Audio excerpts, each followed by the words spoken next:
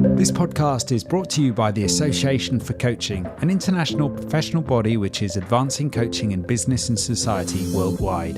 To join our global community and access member-only webinars, events, a wide range of digital learning offerings, coaching and leadership resources, accreditation schemes and more, you can find us at associationforcoaching.com. Hello, I'm Rob Lawrence and I'm your host for this Boost Your Coaching Business series. Today I've got with me not one but two guests, and we're going to grapple with some of the more prickly challenges that coaches face when it comes to the business of marketing. With me are two marketeers, Francis and Simon, who I know you're going to really enjoy listening to. Combined, they have over 40 years experience. And they've both recently founded a new community, Better, Bolder, Braver, dedicated to helping coaches with both the practical and emotional experiences of marketing. Today, we're going to talk about how a lot of marketing approaches are what coaching isn't and how you can use your coaching as the core strength for your marketing effort. We're going to talk about building your confidence, this business of niching, and tackling some of the more challenging aspects of marketing, such as imposter syndrome and the anxiety that we feel when we feel we should be marketing in a certain way. So it gives me great pleasure to introduce to you today, in the first of this two-part interview, Francis and Simon. Welcome.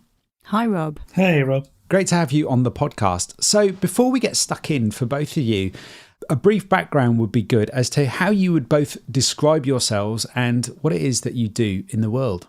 Hi, yeah, I'm happy to start off and tell you a little bit about myself. And first of all, thanks so much for having us on here. It's really good timing because we are just launching the community now, so we're full of excitement. And yes, some anxiety, of course, is very normal. We, as you said, both come from a marketing background. I can talk a little bit about mine and then Simon can talk about theirs.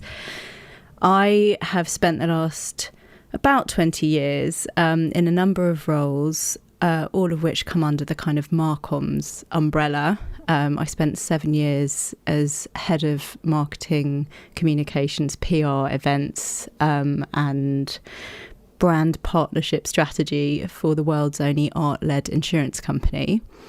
I then had a couple of roles in other organisations ranging from government. I was head of corporate development at English National Opera for a time. I was in fundraising consultancy. I've worked with startups. I've worked in other financial service organisations, and I've been the trustee for 6 years in an international development and education charity, and I also ran a charitable foundation. So a lot of different jobs, but I would say two things laced them together. One was that my responsibilities largely were around how to communicate with people about what we do.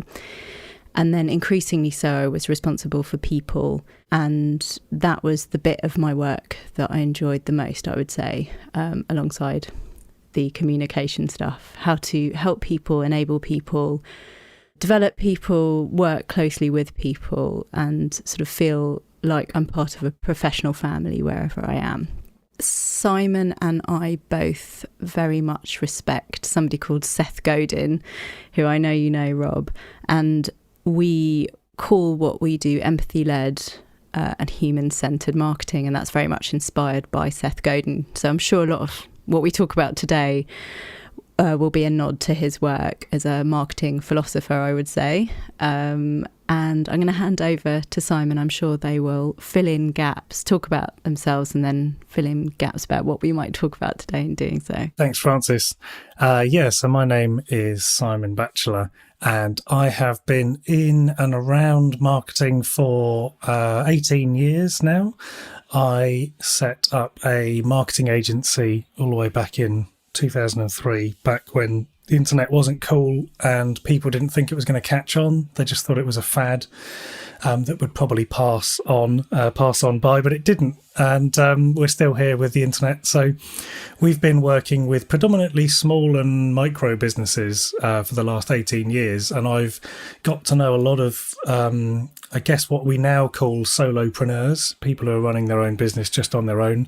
And we've worked with a lot of those people over the years. And in doing so, we've learned how to kind of decode the world of marketing into something that that people can actually use, because a lot of advice and tools and hacks and tactics are all designed for some of the bigger agencies out there. So without getting too much down that rabbit hole, essentially what we've done over the last 18 years is help people understand marketing in a way that they can actually implement in their business. And we think about marketing in a different way than the sort of standard buy more, sell more, do more rabbit warren of marketing and that conveyor belt of content. It's all about trying to make it more practical and actually have an impact with it, as opposed to just be focusing on intangible metrics that don't really mean anything to anybody. So yeah, we've been around in marketing for a long old time. It's changing so fast. We just felt the time was right to bring what we've been talking about and learning and sharing to the community of coaches, because I think the crossover between the work they do and the impact they want to make is actually really close to marketing. And I think that's sort of where we're going to be going with that conversation today. So I won't go too further on from that. But yeah, that is me. That's great. Thank you both for those introductions and that insightful background there as to how you got to where you got to today. So let's talk a little bit about that, because there's a lot of noise in the world of coaching about marketing today and the right way, in inverted commas, the right way to be marketing as a coach, and particularly online. Let's talk about your new venture, Better, Bolder, Braver, and how that's going to perhaps tackle some of the challenges that you see around marketing for coaches. So perhaps explore some of what you see the challenges are at the moment for coaches from a marketing perspective. I think that it's great that there's a lot of noise out there in terms of what good marketing looks like, or rather what marketing is. And I think that gives coaches a lot of food for thought. I'm very mindful that there are many coaches that are transitioning or have transitioned out of other roles. They've become qualified to become coaches, of course, because they may have done some training and have a piece of paper, but they also have life experience. But ultimately, they then are transitioning into a position where they're working often on their own. And then to have to digest so much about what they could be doing in their marketing feels potentially overwhelming. To digest the information, make choices about what parts of it you want to do, how to do it, how to structure your time, what you might have to pay for financially, emotionally, time-wise, are all decisions that coaches have to make. It's ironic, we think, that the very people who are doing such amazing work to empower other people and to give people a sense that they have the ability to make good choices for themselves are the people that might struggle with having to do the same thing in relation to their marketing. So we feel that coaches are probably swimming in information about how to do marketing. And what we do is, for sure, we like to show them what we think good marketing looks like, and that is underpinned by that sort of ethical approach that we take that I mentioned before. But our approach is also unique, we think, because what we're doing is from a moment-to-moment basis inviting coaches to sort of put a mirror up, ask themselves how they're feeling about what it is that they're understanding they're being told they have to do, or a mirror up to what they think they have to do to realise the goals that they have is making them feel. Often the conversation can go down a bit of an existential road, because when you're asking yourself, what is the outcome that I'm serving to somebody, and what is the value set on which I'm making decisions about what I want to spend my time doing and my money and my energy, invariably you're asking yourself some big questions. And the whole point of putting Better, Bolder, Braver together is in order to provide coaches as a very niche, specific group of people that share common issues and concerns, challenges, and can look after each other because they understand each other. The opportunity to have a safe space to explore and play with what they could be doing in their marketing, but also to reflect on themselves and back to each other about what's coming up for them as they go about their marketing practice on a daily basis. And we hope that in the end they will understand that marketing can serve them as a self-growth tool in the way that much of what they do for other people as coaches can serve. Yeah, I think the other thing we're focusing on is that marketing in the larger sense of the word, and often when it's spoken about, is actually fairly inauthentic often. There's often not much sort of credibility, it feels like, and it always feels like you're putting on a show or wearing a mask when you're doing your marketing. But actually, really what we're all about is trying to make marketing for coaches more authentic, because coaches often we find that they don't want to do marketing because they don't want to be part of that system, that churn, that sort of whatever their perception of marketing is. Often their perception is that it isn't for them. And actually, I think what we're trying to do is change the message around that and say, well, actually, you've already got a lot of the skills that you need to do marketing, and a lot of coaching practice is in a way all of the skills you need to do marketing. So it's just about putting that against a plan and saying, well, actually, if you do a bit of this and a bit of that, you talk about this and you tell people about that, then that's marketing. And that's conversations that coaches are already having. So I think that's the other thing we're trying to focus on, is reframing what people think marketing is, but also how it can serve them. Brilliant stuff. Lots of great stuff in there. Francis, if I could come back to you, I was fascinated about what you said there, using marketing as a self-growth tool, and what you mean by that. So could you elaborate on that a little bit for us and tell us a little bit more about how you see marketing in that way? Sure. I like the idea of consciously being as self-aware as I possibly can. My experience mainly is with therapy, and coaching is quite a new world for me, and I'm really enjoying getting to know many coaches. I really love how kind of close I've got to the Association for Coaching as well so quickly, and it's such an eye-opener to have an exposure to all the different practices within coaching. And I'm not a trained therapist, but as I say, my personal experience is sort of more familiar with the concepts within therapy. And I have grown up sort of with a sense of self-awareness for one reason or another. And I think I bring that to what I do, what I work on, the people that I interact with on a personal and professional level. And I struggle to put aside the emotions that come up for me when I'm doing things. And as soon as I become conscious of something, I try and acknowledge the choice that I have in the moment. All these things, all these concepts will be very familiar to coaches.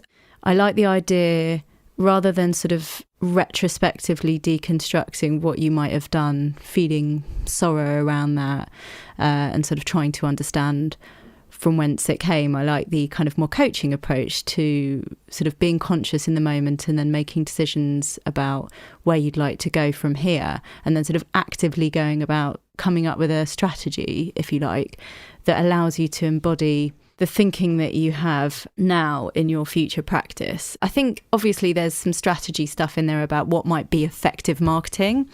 And, you know, being part of our community is to have a full exposure to all of the options that you have in terms of the things available to you, the platforms available to you, and the whys and whats. And then the how bit is around what you're saying. It's decision making about sort of how you want to show up, what is your voice. And also it's very much about what you're looking to invite back. I think there's this sort of misconception that marketing is about standing on a soapbox and shouting at people about what it is that you do and what it is you're trying to sell. And Simon touched on it before when they mentioned conversations. And we see marketing as conversations that people are having with people that they want to serve and work with. And those people will give something back to them.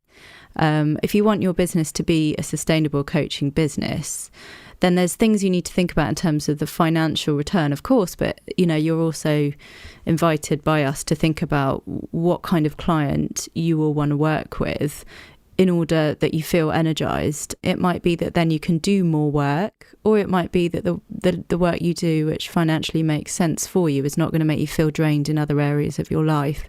Once you've made those decisions and you're very clear on who you think you need to work with in order to serve you, you can start being clearer and clearer in your communication and more intentional in the conversations that you're looking to have with people, so that the questions that essentially are what good marketing looks like can come out of the woodwork earlier. What you're doing is inviting people to be part of a conversation with you or be on a journey with you. And that phrase is obviously used a lot, but I think there's good reason for it because it's useful as a metaphor. And the transaction that you are looking for is one that is a two-way street, one that's mutually beneficial. As soon as your audience get to understand that, then they're not feeling sold to, they're feeling invited along and privy to, and as if they're being given a gift by you, and they start to understand the outcome of what working with you looks like. It's a mindset shift, I would say, wouldn't you, Simon? Yes.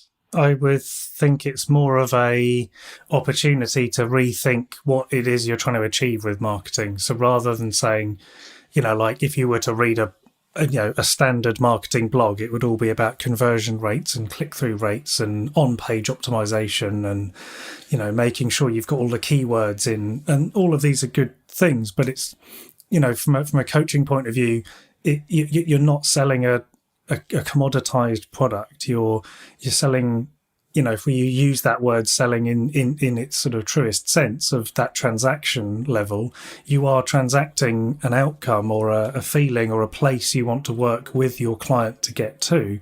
And so therefore the more transactional level marketing advice just doesn't fit and doesn't feel right. So I think shifting that mindset and knowing that, well, actually, you can take the principles of marketing and the underlying theories of marketing and apply it to an authentic conversation where you invite someone to find out more. And ultimately, that is what you're doing. You're dropping hints and you're putting up, little flags along the path, if we're going to go with our journey analogy, and saying, hey, I'm going this way. If you want to come this way too, then come with me, because I've done this before and I know a really good path. So, you can come with me and I'll save you a whole load of time and a whole load of hassle if you just walk this way with me. And I'll get you over here and it's, I can get you to that place you want to get to. So I think it is that mindset shift that we're trying to, share, and also help people in that transition of maybe feeling like marketing is something that they've got to do, into actually marketing is really helping me work on my self-reflection and my articulation of the value that I bring. So therefore I'm working on my sort of feelings of self-worth and all of the things that come around all of the feelings that you might have. I think a good example of that is when, if you read a sort of content marketing blog or watch any of the big content marketing channels on YouTube, they'll just say, yeah, just get a camera and make a load of videos about how your process works. And it's like, that's actually packaged up a whole load of feelings for coaches in particular that they might not be ready to share. They might not have even thought that through. And then to be told that the only way to do marketing and to get it working is to chat about your process on social. People want to know about it. It's like, well, that is true, but how does that make you feel? There's a lot to unpack there. So what we want to do is help people understand how they can articulate that in an authentic, confident and fun way, I think is ultimately what we're trying to do. Yeah, I know you both talk about creating a safe place to market. I'm curious to learn from both of you. What does that look and feel like to you? I can talk to a couple of clients that I've currently got. I should have mentioned that about 6 months ago, I actually set up a one-to-one coaching business called Optimistic Marketing, specifically for coaches who want to explore how marketing makes them feel. And I have a few sort of one-to-one clients at the moment. And as I transition into this partnership with Simon, which we've been working on for several months now, whether or not people can work with us on a one-to-one basis is possibly something that we can come on to later in the conversation. But as it happens now, I have a number of coaches that I work with. So without obviously wanting to give away any personal information about those people, what I can share is that one of them is transitioning from a very sort of high-level management position in a corporate environment into coaching, having done the training. And the other is a younger and sort of less experienced in the professional world person, but who comes with a significant amount of enthusiasm, passion, intelligence also. So with both those people, I'm very much, I guess you would say, holding space for them to make those transitions and to explore the feelings that are coming up for them as they embark on a career as a coach. And obviously as coaches, you're having to hold space and empower people and help people think about how they want to communicate. And it's very interesting to me working with coaches to tease out how they're going to be talking about what they do, as Simon has already alluded to. But also it feels to me that there's, you've asked about a safe space. There's a significant amount of pause, reflection that goes into making a decision about, it might even be your brand. You know, anything that you can think about in terms of marketing throws up, as we've discussed, some quite big questions. The thing that I want to bring up at this point is that there's a degree of levity and even humour that Simon and I employ when we talk about putting yourself out there. We really try and be human about it. We're constantly doing stuff and laughing between the two of us. I mean, about whether or not it's something that we've posted that we kind of think, oh, not sure, or like, I don't know, seeing your own face, getting your tech ready for a podcast recording. And it's just being a human being. And if you take it very, very seriously, you can often be in a sort of self-flagellation state, which is just not a great energizer. But if you can sort of just pause and say, okay, what is it that's going on here? It might be I'm making a huge life transition. Let's just nod to that for a minute. Or does it really matter what I'm putting out today? Because for two reasons. One, in the world of digital, you can just change stuff afterwards and it's not the end of the world. You also are not wedded to things like a brand identity and a niche forever. You're not beholden to them. We can talk about the power of making a decision and sticking to it, obviously, and consistency. And I'm sure I don't have to explain why that's a good thing. But it's about not feeling sort of shackled by decisions around in marketing, because changes can be made, people are forgiven, and time will tell. And the other big thing I want to mention is that marketing is, and we've mentioned that marketing is conversations. You can only put out something that you feel is true and represents what you want people to understand about you, but there's an audience, there's a receiver, there's someone else on the other end. They're going to bring to that, as coaches will know better than most people, they're going to bring to that so much of their own stuff. And that, in a way, abjures you of complete responsibility for your marketing, which I think can be quite empowering and freeing. All you're doing is putting out there something to invite people to kind of have an opinion about and to react to, take action with. So the people that I'm working with are playing around with everything from what their voice is, what kind of coaching they want to do, whether they want to do group work or one-to-one, how much they need to earn, whether or not they're going to have to do that in conjunction with another job. So some down and dirty questions about how you're actually going to sort of do your stuff day to day, but right up to the sort of existential questions of what brand identity is going to really speak volumes about what you're wanting to put out into the world, and you know, not to give yourself too much of a hard time or take it all too seriously. Basically, that's, to answer your question, my experience of working with people and how it's kind of coming about and affecting the production of this community that we're putting together. I've been doing, for the past couple of years, we've been running marketing training in support for sort of small business owners as opposed to the niche of coaches. So I've been working a lot with small business owners who we've been working with through a set process, which is the process we're bringing into the training side of Better, Bolder, Braver. And the idea there is that this process, it's manageable because it's designed to work alongside running a business, but also the process of going through it enables you to really reflect on what it is you're trying to do and also where you actually want to get to. Because a lot of marketing advice is just about getting more. So it's like, get more clients, get more sales, but it stops there. And one of the things I've learned from years of working with business owners is that actually sometimes more isn't actually what they want. What they want is less, but better. So sometimes it's asking that difficult question of like, well, if I got 100 people to say yes, is that what you want? And sometimes the answer is no. It's actually, I want less clients, but I want to be able to spend more time with them so I can make a bigger impact with them, or I can deliver better value to them because I'm not going to be spread too thin. So a couple of clients I've worked with on a one-to-one basis, it's been really looking at their business and helping them understand what it is they want, and therefore what marketing they need to do in order to get them what they want. And sometimes that has involved maybe a slightly sort of counterintuitive move in a direction they didn't initially expect. And one of the clients I worked with one-to-one, he came to me with the idea that he wanted a very specific type of client, and he had a name for his process and for his whole business that he wanted to set up. He had this sort of business model in his head, and actually after a few sessions we realized that niche wasn't going to serve him, and who he actually wanted to go for was the people operating at the level above the people he'd initially thought of, and he actually needed half as many clients. So we set about a marketing plan with him and worked through the process that we've developed to build out marketing messaging, which is now attracting him those type of clients.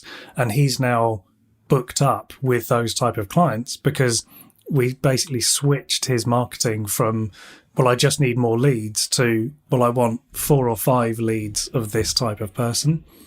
And just that mindset shift, if you've got a space where someone can challenge your thinking on it and say, actually connect this to where you want to go. Let's join the dots here between here and now and where you want to be in a year, 3 years, 5 years. And then you essentially use marketing as a tool to get you from A to B. And I think that is where we're talking about the safe space in the community. It's a case of allowing people to question either themselves or maybe to seek feedback and other input from other coaches and say, hey, I'm thinking of doing this, but I'm not sure if this is where I should be going. Can I have some sort of feedback or thoughts? Or, there's that space, but then also they can communicate and join a session with Francis to reflect on how they're feeling. They can join a session with me to get some inspiration, some motivation, to sort of help them work through some roadblocks. And it's that thing of being in a community where you can say, do you know what? I've got this mailing list of clients, and I've got no idea what to send them. And just being, in a vulnerable position where people can say, hey, well, how about you do this and we can do that? And, me and Francis are on hand to help them with either very specific things like that mailing list example, or maybe, as Francis was alluding to, maybe on a more fundamental level of what value am I actually trying to bring here? What impact do I really make in the world? That's really exciting. What I'm hearing there is something that I see in coaching a lot, or experience in coaching a lot, which is this sort of zooming in and zooming out.